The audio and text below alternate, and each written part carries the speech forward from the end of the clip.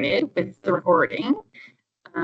Maybe just in the chat, if you can let us know that you can hear the recording or hear our voices, I should say. And then Rebecca will let me know if you can hear us in the chat. If it'll be in the chat. Oh yeah. Oh yeah, John. Okay, well, welcome to Supporting English as Additional Learners, Level 1 and 2 students in Secondary Social Studies class. My name is Anna McCachran. I am the Secondary Social Studies Consultant. And I'm Rebecca Hartwick, EAL Consultant. We both have a bunch of experience teaching EAL students, and while this is focused on social studies, you're certainly welcome to take any of the strategies that we're doing today and apply them to any class in junior high or even in high school when you have English as additional language students in there. So our examples are from social studies, but please feel free to share this with colleagues. It is going to be recorded and we will send it to you. We'll begin with the land acknowledgement. The Creator gifted us with this land that we are blessed to share and care for together. The Calgary Catholic School District acknowledges that the land we gather on, Okinanis, is the ancestral territory of the Siksika Sinipi, the Siksika, Kainai, Piikani, and Amska Piikani. We acknowledge all First Nations and Métis of Treaty 7 lands, the Tsuut'ina and the Yitkabi, which includes Bearspaw, Chiniki, and Goodstoney. The Calgary Catholic School District commits to advancing reconciliation, guided by truth, respecting treaty laws, and humbly walking alongside First Nation, Métis, and Inuit.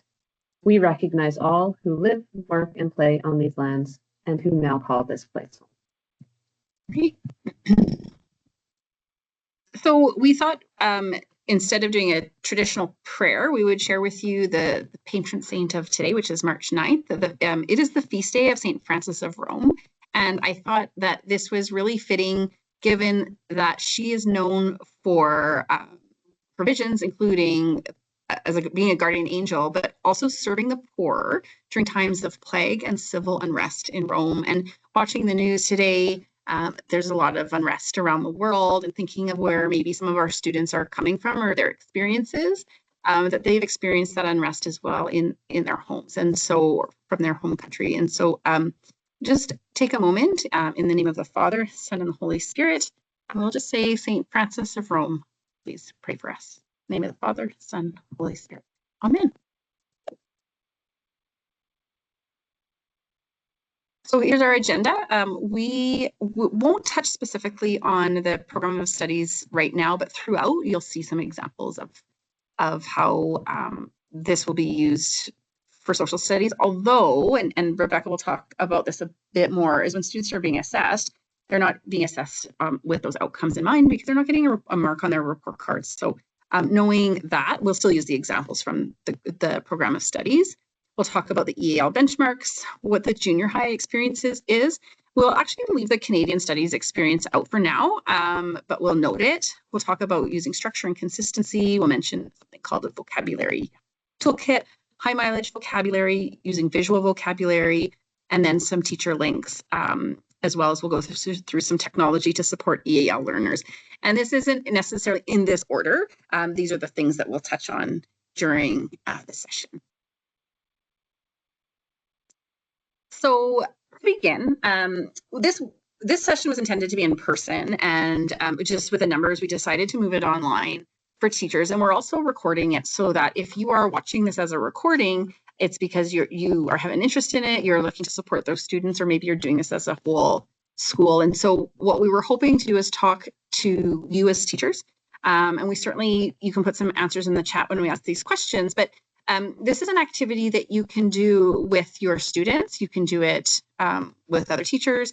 It's called Compass Points, and the link is there. So if you're introducing a topic that might be brand new to students, to use that idea of north, south, east, west to talk about it. So the north part would be the need. So the question we might have for you is, what do you need to know about programming for level 1 and 2 students in your social studies class? And if you're welcome to put something in the chat. If you're recording this, or you're watching the recording, you're with a group, you can pause it and talk about it at that moment. But I know, and you're out at lots of schools, Rebecca. I hear a lot of the time, what do I do with my student in that first few minutes of class? Like when you're kind of getting everything organized, what can the student be doing at the beginning of the class? That's one of the questions I've had anyway. Yeah, and for sure, I think it's important to note as well that you as junior high teachers, you're dealing with the largest gap of where students are. If you have a level 1 student in your grade 9 social studies class, all the way up to a grade 9 student, and you're working on grade 9 curriculum, obviously in that class, how do we meet those students where they're at and still allow them to participate in the content that we're doing, but make sure that it's accessible for them. One of the things I get is I need the workbook, or I need a worksheet, and we don't do that because then you need 100,000 different ones because every student's so different. But we hope that in this session we'll find some strategies that would work universally for all the students that you have. Under the E or East, it's that idea of what's exciting you about working with a level 1 and 2 student in your classroom. When I've worked with students, I've learned a lot more than anything. I've learned a lot about a country and a culture that I had no information about before. So I know that excites me. I don't know what teachers have told you, Rebecca. Yeah, for sure. Similar things. They bring a wealth of knowledge from other parts of the world. And so most applicable in social studies, which is so great. And as well, I think it gives us an opportunity to reflect on our practice and make sure that we're teaching some of those basic skills that are really great for all the students in our class, especially related to vocabulary instruction, and setting them up for success as they move forward in their academic career. The worrisome one, that would be your West on our compass. So what concerns do you have about programming for level 1 and 2 students? And you see a spelling mistake on my sheet there. It tells you that we didn't use AI to do this if there's a spelling mistake. The concerns that I hear from teachers are, I've never taught someone English before. I've never taught someone how to read. I've never taught someone how to speak. I'm not an ESL teacher. I'm a social studies teacher. And so feeling very much teachers are feeling that they don't have the skills and they're not adequately trained. But I know that I always tell them good teaching is good teaching, and teachers have a lot more to offer than I think they think they do. Yeah, I agree with all that. That's great. And then the S would be the suggestion: what strategies will work when programming for level 1 and 2 students within your classroom.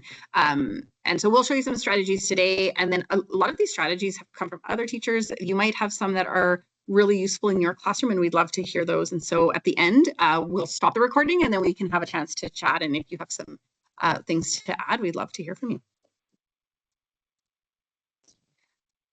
So we wanted to highlight the junior high experience. We don't have any high school teachers with us right now, as far as I can tell. And so high school is a little bit different in that when students arrive at a high school in level 1 and 2, they're typically in a different class for social studies, and it's called Canadian Studies. And so when a teacher has a grade 10 social studies class, typically the students who are EAL students are levels 3 and above. Correct me if I'm wrong, Rebecca. Correct. But yeah, the junior high experience is significant, and Rebecca has already mentioned it a little bit. First of all, the classes are large, so they're just as large at a high school. They're very big.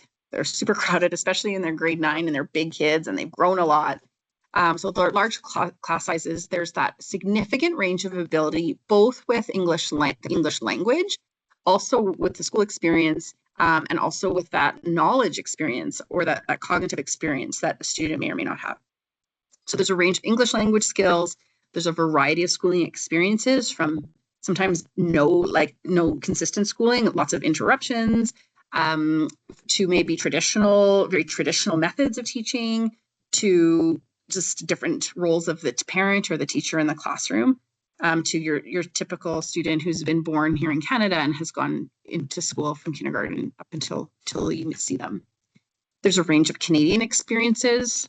Some students may have arrived in Calgary for their first stop in the middle of winter. Some students may have arrived in Calgary via other cities or other countries. That's not their home country. And then in your junior high class, of course, you have a significant number of LSPs. There's benchmarks you have to do. There's sometimes provincial achievement tests.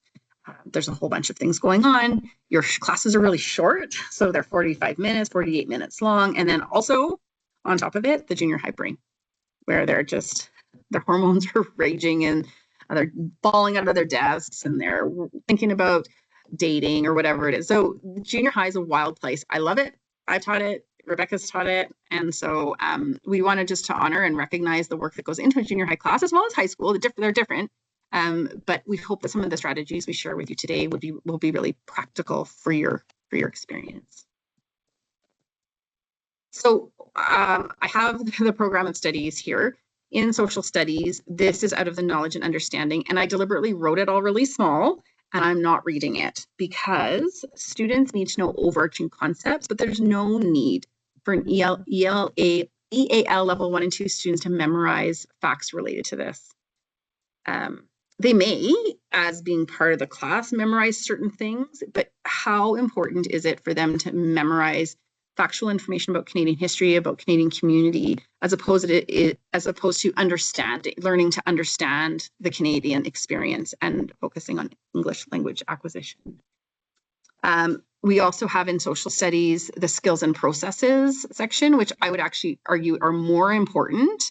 And students need to apply these throughout all grade levels, regardless of knowledge and understanding. So bang for your buck when you're thinking about programming for a student. Yes, you're using knowledge and understanding as your kind of consistent approach for your class, but it's the skills and processes that are super important in terms of social studies. I don't know if you wanted to add anything about. No, that's great. Okay. Okay, we'll briefly talk about the EAL benchmarks. So because we're speaking about level 1 and 2 students in this session, Anna had already mentioned our level 1 and 2 students are not receiving an achievement mark in their for their classes. And also you'll notice on the benchmarks there too that for our level 1 and 2 students, the support that is recommended for them is intensive support. So obviously the content of your classes is very high, and the words that you're using and the curriculum that you're teaching would be at a high level. And so in order for our level 1 and 2 students to participate in the topics that you're teaching, they would need to have intensive support. And we'll talk about what some intensive support is as we move forward. Students on the EAL benchmarks are assessed on their vocabulary, sentence structure, and cohesive devices in listening, speaking, reading, and writing. And all of those would be things that could be targeted in a social studies class for sure. I just wanted to mention too, as a reminder, Anna had already mentioned like a booklet at the back of the class that students are working on that would be separate from what you're doing with the rest of the class. And it's important to note for level 1 and 2 students, the research shows that this does not help them acquire English. They need to be participating with the topics that are being taught in class, in context. And I always say to people, we would never expect even our strong students to work independently at the back of the class on something that was separate from what the others are doing. That would be too much to ask a junior high or high school student even to do. So we would never want to ask level 1 and 2 student to do that when they're not only are they trying to access whatever task you've given them, but they're also trying to learn English. So we're hoping that we're sharing some strategies here that are things that are easy to do, don't require too much prep, that these level 1 and 2 students could be participating in the content that you're teaching in the class. One of the things that I wanted to highlight with this is using this to program for the literacy components of your social studies class is actually beneficial for all of the students that you have. And so I look at the level 1, for example, under vocabulary, and one of the things that your level 1 students would be working on are simple descriptive words.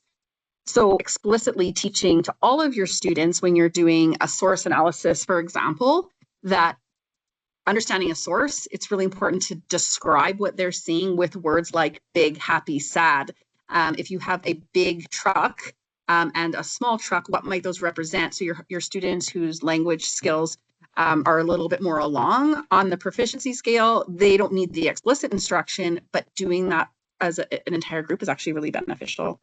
We've also noticed that in high school settings, students that are coming from the Canadian studies model, where they're getting this explicit instruction, tend to do really, really well on their writing prompts when they get into regular social 10, 20, and 30, because they've been taught it explicitly in Canadian studies. So while the level 1 and 2 students need to learn specific things, how can you use that to sort of frame the literacy and explicit instruction in your communication part of social studies?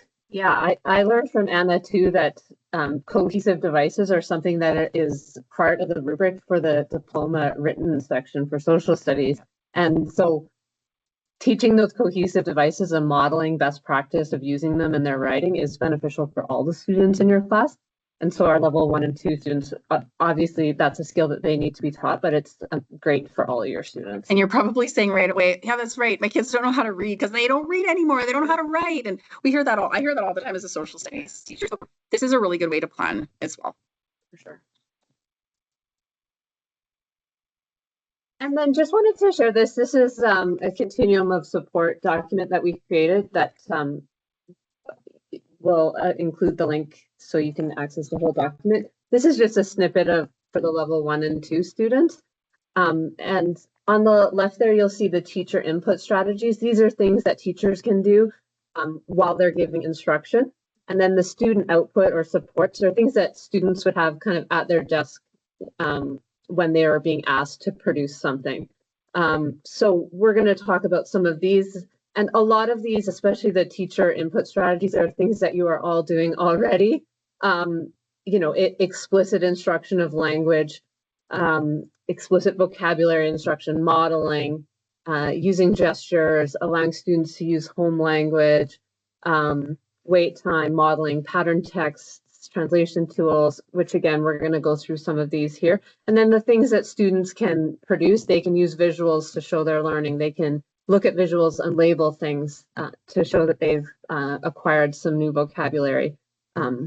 So this is sometimes helpful when planning, thinking about what can I ask my level 1 and 2 students to produce so that I can give them feedback on that, even though they're not getting a grade. I think too, again, we wanted to highlight strategies that can be used that will support all of your students, particularly your level 1 and 2s. And I know the word list and word bank, I use that right up until social 30 with my students who are preparing for diploma exams, that the word bank is always on the board and they can always access it for every assignment and every assessment and every test leading up to a diploma exam. So it's something that, again, takes no more time for your EAL students than these, but we'll go through some specific input strategies too. So high prep, I call it high prep. Rebecca called it macro scaffolding. I love the two different words. These are the things that will take a little bit of time kind of up front to support students that can't just be done on the fly. But once you're into it, they don't take a lot of prep. They do take some preparation prior to class starting. They do require advanced preparation and should be used with relentless consistency for students to build confidence. The relentless consistency is really important. And I want to say that if you are new to teaching students who are level 1 and 2 EAL learners, or if you're a beginning teacher, or if you're an experienced teacher, sometimes trying something new doesn't work the first time the way it was intended, but keep trying it. And I would say relentless consistency means weekly, could mean daily, for a long period of time, for a few months. As that happens, students will eventually start taking these on and can have some ownership on them. But if it doesn't work the first time, keep doing it, and the second time. And if it doesn't work the second time, do it again a third time. But certainly we can support if you're finding something's really not working. The things that we'll talk about today are explicit instruction for writing, pattern text, explicit vocabulary instruction, scrum boards for group work. And I think that was it. So these are the 4 that we'll focus on. There's tons of other things out there, but we'll focus on these ones for right now. So the first one we wanted to mention are sentence starters and paragraph frames. Again, these were developed not with EAL students in mind, but with all students in mind. EAL students may require a translated version of this to start, But certainly once they understand maybe one type of frame, to use that like with consistency for a long period of time for students to get that understanding. There are some links here for you to access them, and we'll send you the slide deck so you can get the links. There's some simple frames here. This one is to talk about cause and effect, which is, something in social studies that's really important. And then once a student is feeling more comfortable with this, they're beyond the level 1 and 2 levels, they can move into using more academic language in their sentence frames. And again, you're building that language acquisition. If you want to comment on this for our level 1 and 2 students. Yeah, I was going to say these are so great. And what I often do with things like this is I'll just copy them and put them into AI and say, can you simplify the language here for a student who is learning English? And then you can kind of have a place to start and then where they're going and kind of bridge to try and get them to the kind of like level 3 sentences that you would expect as well. One thing I've suggested to students to teachers is choosing one sort of sentence starter or a few sentence starters and having them on the whiteboard for like a solid few weeks. And we're using that regularly until there's that, students will gain that understanding as the pattern emerges. They do it over and over again. And even EAL level 1 and 2 students would be able to do that. If you're consistent and do it every day, they'll pick up on it for sure. Okay, we're going to talk about a pattern text sample. So all we did here was we just grabbed an outcome from grade 7 social studies, I believe, which was assess critically how political, economic, and military events contributed to the foundations of Canada by exploring and reflecting upon the following question and issue: how did the War of 1812 contribute to British identity in Canada? So we can see here in the curriculum that a lot of those words would be difficult for level 1 and 2 students. And so what we did was we just took that, put it into AI and asked, can you create a pattern text for this concept that explains it, provides various perspectives, connects to students' lived experience, and includes an image to support understanding. And again, this pattern text could be provided to all the students in your class, or it could be directed specifically at the students you're trying to target. This would be considered a support that could be provided. And then, yeah, I think if we go to the next.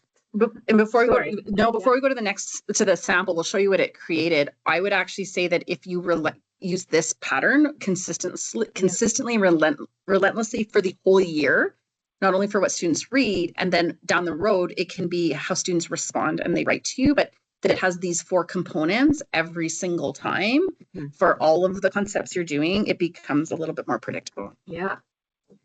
So this is kind of what it looks like. Okay, so here's the first one.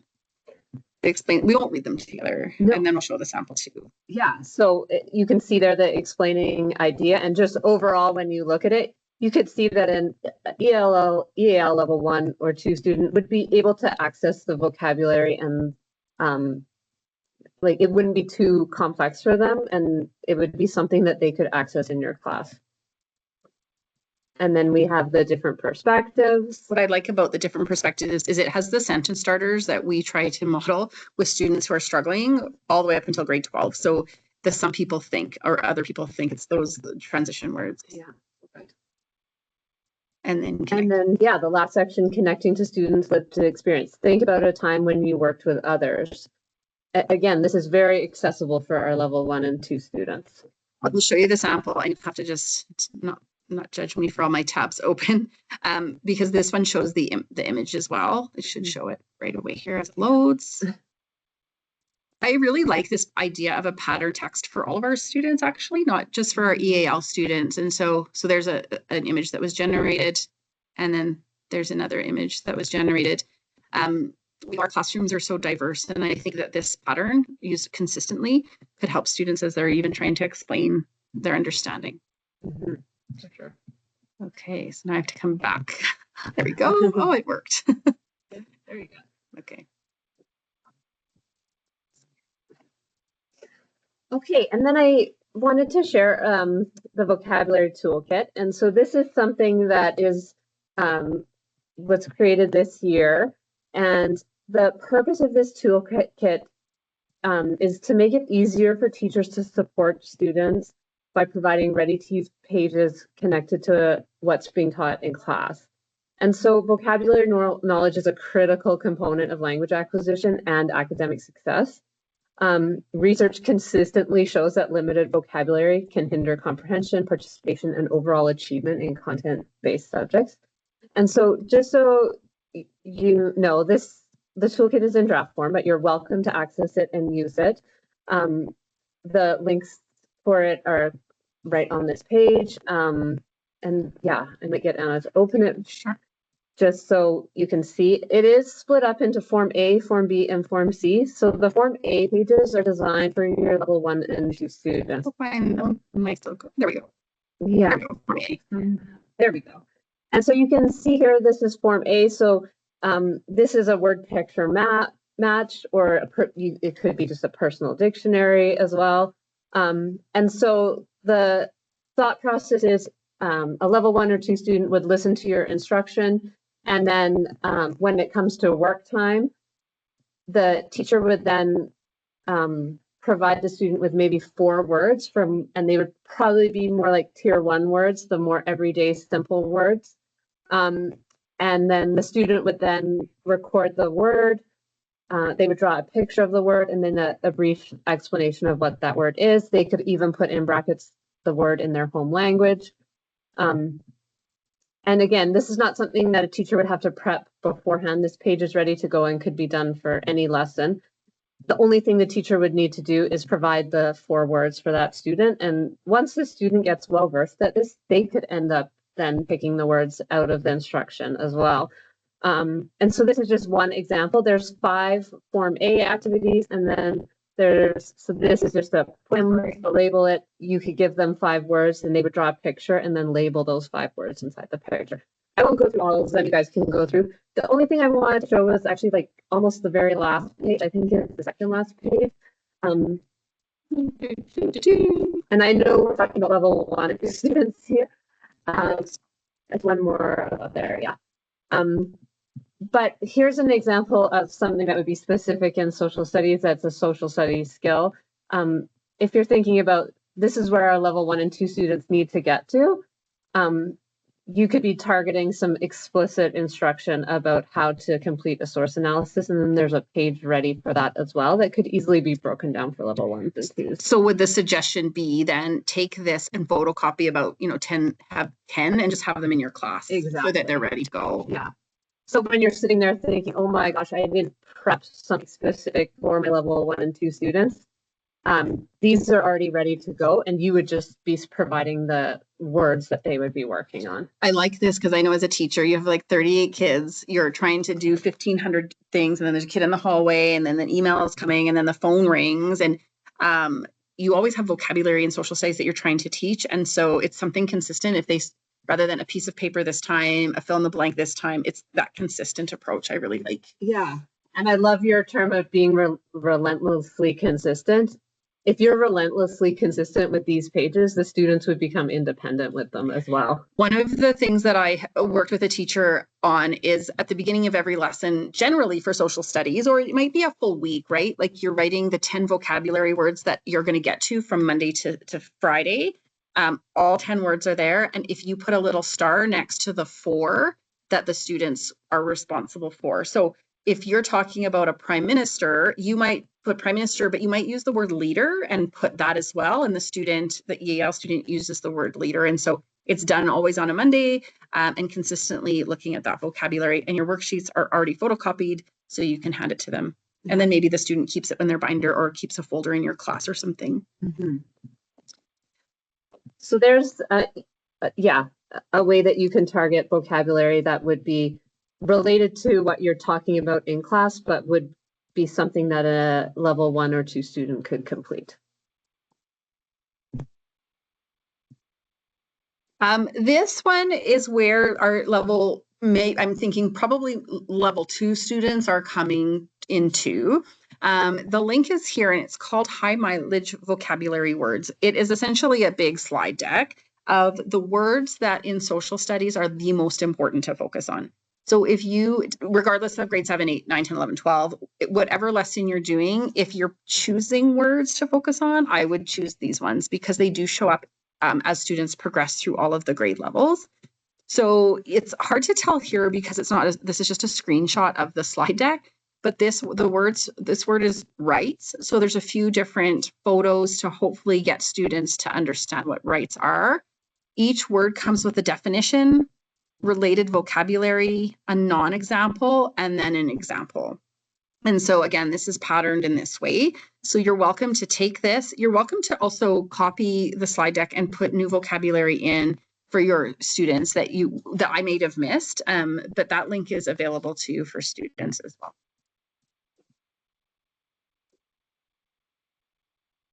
I wanted to share this with you, and this is one of those things which is so much nicer in person. So if you're interested in what I'm about to share with you, please do reach out and I can come down to your class and show you how these work.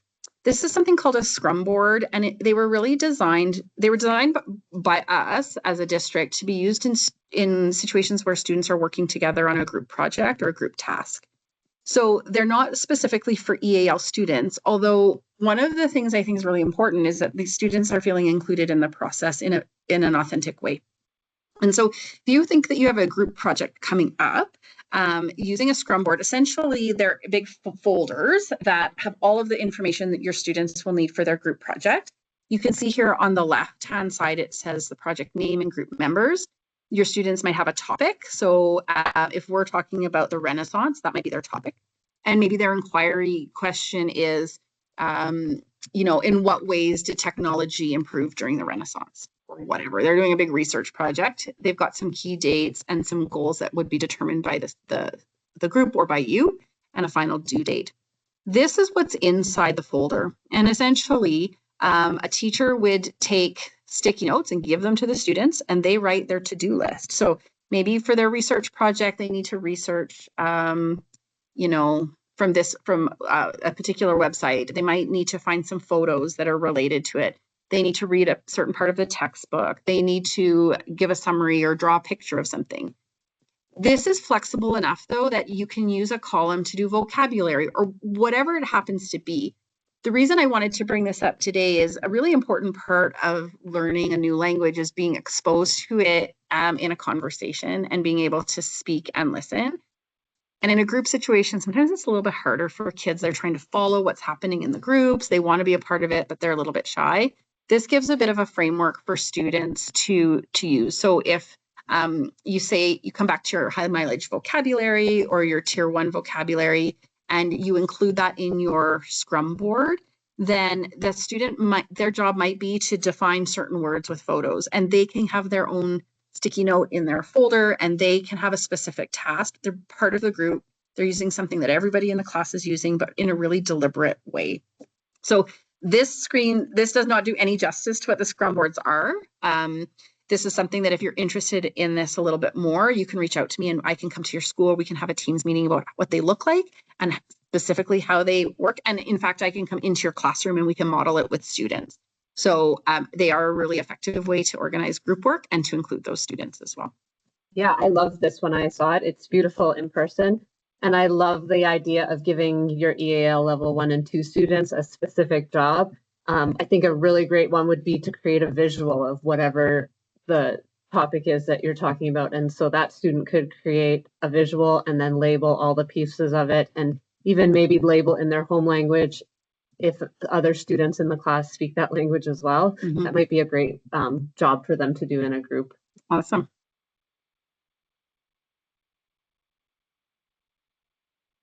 Okay, so the ones we just talked about they require preparation. They require some thinking ahead, but we know that for sometimes you've done all the planning, everything's going really well. There are some things that you can do on a really quick basis to support our students as well.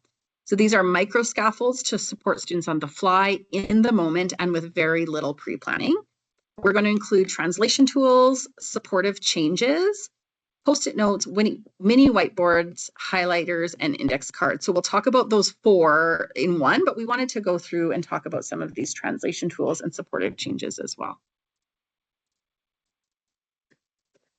Okay, so I'll just quickly talk about the Chrome extension, which is called a screenshot reader. And we have a little video here that will play. It's just 1 minute long that shows you how to use it. And so it is a Google Read and Write extension. So all CSSD Chromebooks have the little purple puzzle piece. This extension does need to be like downloaded on top of that for some reason. It's not automatically there, but once you've done it once the student's done it once, it'll be there. The nice thing about this one is that, say for example, your social studies textbook is on your D2L, you have a digital copy of it, and the level 1 and 2 students are maybe struggling to read, or that's like a lot of load on them to read it. They can just put a box around a section, like anything on a computer screen, and then the screenshot reader will read it. The nice thing too is you can change the speed that it's being read at. So you can slow the reading down a lot, which I've found to be very useful for our students. And it can also actually copy, like it will take a copy of all that text and then they can put it in a doc and translate it as well if they want. So. Okay, let's see if it works. If you don't hear anything, if you can put it in the chat, Rebecca can monitor the chat. Yeah. Got the chat here. Come on. Oh, I can't see. This video shows how to use the screenshot reader in Read Chrome to read images or inaccessible text. The first time you use Screenshot Reader and pushed out by your admin, you'll be prompted to install it. Once installed, just refresh your tab to get started. Click the Screenshot Reader icon and then drag a box around the text you'd like to read. Can be produced by an engine piston or turbine spinning a propeller or a turbine, jet engine of gas. You can use the pause, stop, and play buttons to control the readback. You can even copy the scanned text to your clipboard to paste into a document or other tab. It works on Google Docs, Word Docs, Google Slides, websites, and more. Sea level pressure composite MB, October. To learn more about Read and Write, visit texthelp.com. Okay, I think that's great. Lots of the things that we have are PDFs, and so Google. I have an assignment here that is Google Docs, which is easy because you can already do the reader and the translation, but it's those PDFs that are really tricky. Yeah, and it's not to say that your EAL level 1 and 2 students couldn't read that text. Some of them might be excellent readers, but for them to read and then also translate from English to their home language, sometimes that taking the load off of the actual act of reading will help them to be able to access more content, have a little more brain space available for when they're doing the translation. I know you only have, I've been in countries where English isn't the first language, and the language that's there is a very difficult language, and it's exhausting. It's exhausting. And so this just takes a bit of load off of them. And it can be used if students are writing an assessment or anything. It can read on D2L or anything like that as well. So. Great. So this one is, I'm going to explain it to you. And again, this is one of those things that is so great in person, but we moved the session online. So this is something that is on EPD. It is a document that was created by Natalie Matsui, who is an EAL teacher at St. Anne's. And so she's also happens to be really good at technology. The way it works is there's a spot at the top for you to choose the languages that are in your classroom. So in this one, there's Tagalog, Spanish, Amharic, and Ukrainian, but the list is massive. So if you don't have those languages in your classroom, or you have a different language that you want to translate something into, you add it in through an Excel spreadsheet, which we were going to play with in our session. So I'm going to explain this to you and then put the offer to you that if you want to do this virtually, or I can come into your class to show you how to do it. The languages are preset for you. So this is why it's a low prep activity. You set it once and then it's done. And then you input here the text to be translated.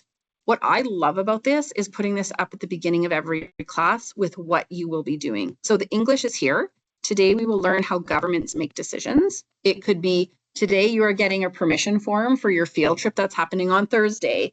Or it could be parent-teacher interviews are tomorrow. There is no school. Whatever it is that you want to say, it instantly translates it into the language that you've done, because it's connected to a language code, which is all there. So it's all the magic of technology that I don't have the skill set for. And so this is a low prep tool, because you can put it on your desktop. You can load up the languages, and each day, or when the student is coming to your desk and they need some support with something, you can type in what you're trying to tell them. Or they can, there probably is a way for them to do it the other way. I know students have cell phones, and so they often use that. What I like about this is that it will translate multiple languages at one time, because it's not as though classes have sort of one student who speaks one different language in your homeroom. You probably have a number of different languages in there as well. So again, we'll put that offer out to you. We can even stay after this session to show you how it works live. Well, actually, I will show you how it works live. We have some time.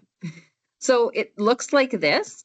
If you want to add another language, you could type the language in there. So I might say French, for example, and you go into the next language. If you can look up here, where are we?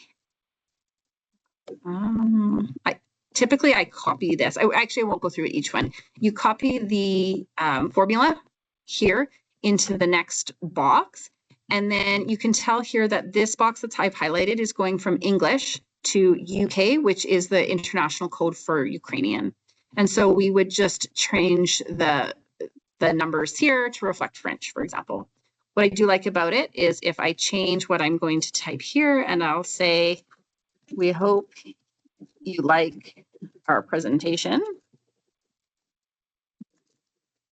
and hit enter. It thinks for a moment, and it changes it into the language that you are hoping to communicate with your students. So it's really an excellent tool. So in order to get this on your Chromebook, you would download a copy of it. And it's important that each teacher has their own, because as soon as the teacher puts in a different line, it's going to change it for you. Mm-hmm. Yeah, it's just a Google Sheet. Just a Google Sheet, yeah. Okay, auto translate is, I think this one is quite common with teachers, but just as a refresher, anytime you show a YouTube video, you can put subtitles on. Is always, I mean, I'm an English speaker and I like subtitles on. My own children like subtitles on in English. But if you have one student who has a different language, you can. Canadian elections. Do kids even care? You can change the, I have to find it here. Yeah, you had it. It was there, wasn't it? Dear subtitles, closed caption. There we are. Okay, so in the subtitles, instead of English, which is what I have now, I would go to auto translate, and then I would pick, the language that I want to be translated into. Here's what you told CBC Kids News. As voters should know lots about the electoral system. I will. Subtitles, English, Arabic? Oh yeah. We don't know. This is one of those things where you think that everything's going to work perfectly when you present, and then it doesn't. Let's try again. One day like to be the prime minister, or at least an important change-making It leader. seamlessly. Yeah, it usually does. And probably you've used it in your class. It might be because I didn't refresh the page, is what I'm guessing. Even if you aren't going to use it in your class because you've got multiple languages, this is one of those things that probably students have already figured out, because they are way better at technology than we are. But to really be explicit with students when you've assigned them something with how to use it. And you could even, to highlight a particular child's language, you might choose one language for the day and say, the subtitles are going to be in Ukrainian, for example. And it might not hit all of the students, but it might make that student feel for that moment that they have a little bit more included in the lesson.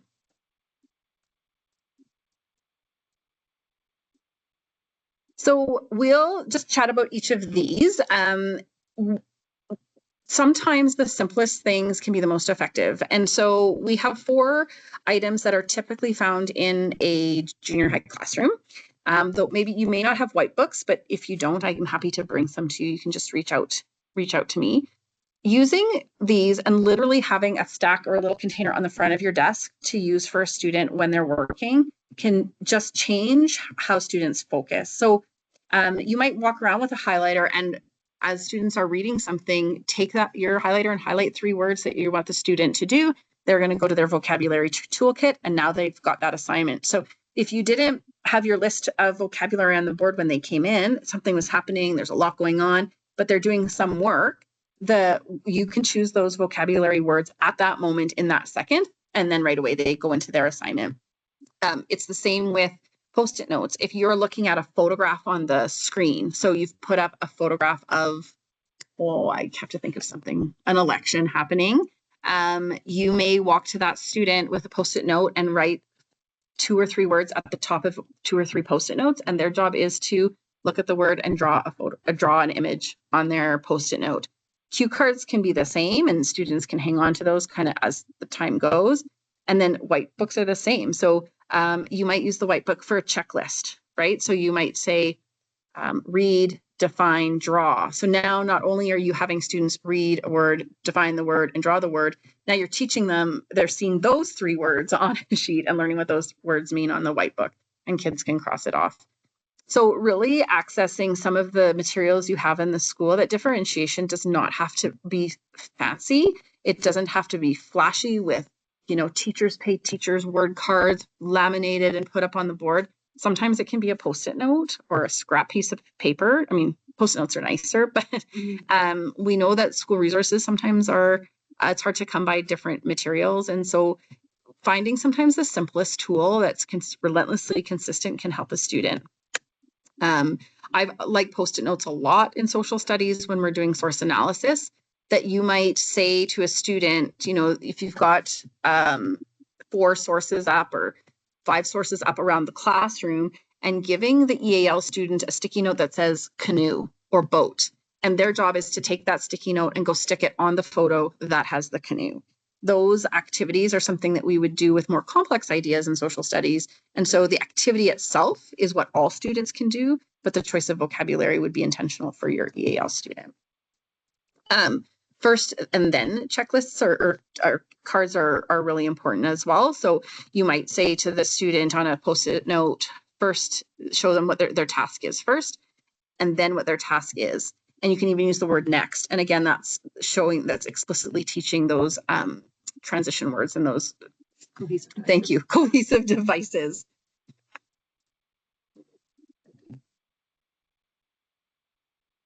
Okay, this is a summary activity that you could do with your whole class. And the link is here. It's actually from Harvard, and it's something called Project Zero. They have some thinking routines. And I want you to imagine you've taught a lesson, or you've watched a video, or you've read something from the textbook, and your students are going to summarize what they learned by using a word, a phrase, and a sentence. Or you might start your class. Rebecca was telling me that there's this phenomenal teacher in the district who's doing this at the beginning of her classes, I think as a summary of what they did previously, like an entry slip. And so most of your students will be doing a word that captured their attention or struck them as powerful, a phrase that engaged them or they thought was interesting. So a phrase would be like 2 or 3 words together. And then a sentence that was meaningful to them, that captured the idea of the text or the film or the lesson or whatever it is. I do have a speaker question that is very typical for grade 9 social studies. And so most of our students will be able to summarize their learning with word, phrase, and sentence. But your EAL students might start here. So we can give them the option for word, phrase, and sentence, but maybe their job is to find the word that is the most important to them, or the word that they want to learn, or the one that they're not sure of. So you're giving them the choice. Maybe they've heard of this word complicated and they want to know what that word means a little bit more. And so they've chosen that one. And then they, instead of doing a phrase and a sentence, they're going to spend time defining that word and making a visual for that word. And your level 1 and 2 students you might find are very hesitant to participate at first, which as we all would be when we are not sure of the language and we're learning that. But if you do a routine similar to this, they would become familiar with what is expected, and they would then be more brave in order to participate. And also, when students are learning English, the first way they participate is through listening and speaking. And so this is a way you could include some talk time in your class as part of a routine. And yeah, you might find that your level 1 and 2 students, once they become more familiar with that routine, they would then be able to pick out a word that they could share with the class that they're interested in learning more about? I think that's a really good point. Learning a language is really hard, and being in junior high is really hard. And so when you combine the two together, that's really hard. So even if they're not picking the word, maybe you're picking the word, or they're watching the first time, and they're going to write down the words that the students have done, and they're writing it on the board. So they're copying maybe a few of the words that other students have done. So scaffolding in it that way, but that relentless consistency of doing this. Maybe this is an every week, once a week, every Monday we do this, or every Friday we do this. We have a second, this will be sent to you. So this is some of the links that you can look at when you're at your leisure. But we wanted to, I'm going to come back to this one for a second and offer to teachers right now, if you would like to participate in this, you can put it into the chat, a word, a phrase, or a sentence that, or word, phrase, and sentence that struck you in this session. We hope that there was a few kind of moments in here where you thought, oh, I can do that, that's manageable. Because the last thing that Rebecca and I want is to give you something that's not even feasible. We know how complex the classrooms are, so we hope that there's a few things here that you can do tomorrow morning, and then maybe there's a few that you can kind of embed into your practice in the coming days and weeks.